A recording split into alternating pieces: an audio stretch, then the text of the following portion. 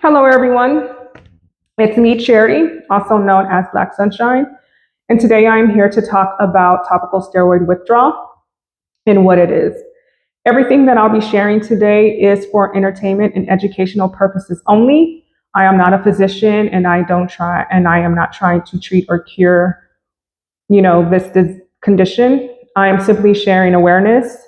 What I'll be sharing has actually been published by the National Eczema Association Company, which I'll share that link for those who want to do their research. If you see me looking to the side here, it's because I have my iPad with my notes to make sure I don't miss any key points.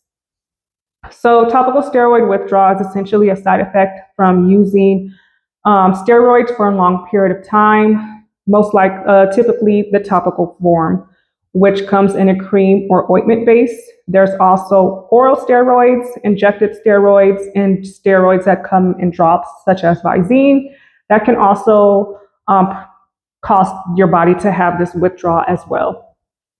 Some of the symptoms that can occur are burning sensations, flaking, shedding, swelling, oozing and weeping of the skin, pain, insomnia, hair loss, shivering, fatigue and weight loss, depression, unaliving thoughts, and you could be disabled.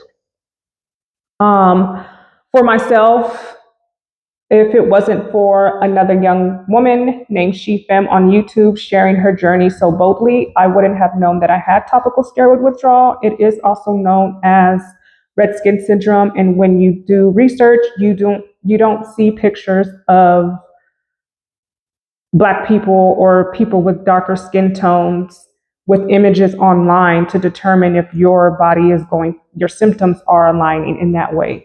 So if it wasn't for her sharing her story, I wouldn't have known, and I probably would have been worse off with treatment, still utilizing the steroid creams, right? Thinking it was eczema and I had just a rash. But essentially, I truly knew that it was deeper than that because it happened so systemically all over my body, and the way the rash occurred to where I was actually had open lesions in the creases of my arms and my legs. Right? That's not eczema. It's usually just scratchy, dry skin patches, depending on the type of eczema that you're dealing with. There is a documentary by the name of Brianna. I don't remember her last name, but I'll post the link on YouTube. It's a very good documentary that shows people who have went through topical steroid withdrawal, and it shows just different types of walks of life and how they handled it and how some people healed. There's a very good tool or tip or scene, I guess you could say, in the documentary where she breaks down the usage of topical steroids and how they should be applied and which they're not, right? Topical steroids should not be used longer than 14 days. And people such as myself have used them all their life, right? I've seen anyone from infants all the way up to elderly women of the age of 73 and men who have been undergoing this condition. The recovery time average of what I've seen is about 2 years, but it could be longer. I've seen people saying they've been going through it for 9, and it's even to a point where they're like healed for 2 years and then it comes back. So because of the lack of research and it not being a medical condition for us to get the proper treatment, we kind of all are leaning on each other and having to research and go through the trial and error on our own.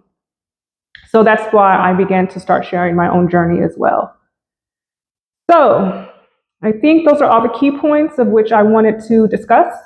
If anybody has any questions, please feel free to ask. I am trying to do my best to share my story, to spread awareness, and to help other people, either for them to prevent getting to this point, or if there's some place in their journey that I can possibly help assist to get them through with tips and tricks that I have used.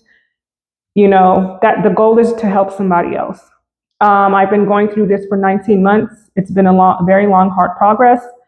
I essentially was disabled.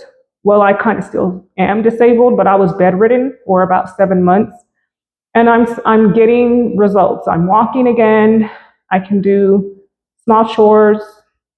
I still can't cook or anything like that, but yeah. So So that's the story. That is what topical steroid withdrawal is for those who are wondering. And again, we are on this journey together, and I'll be continuing to post more education and knowledge as we proceed forward.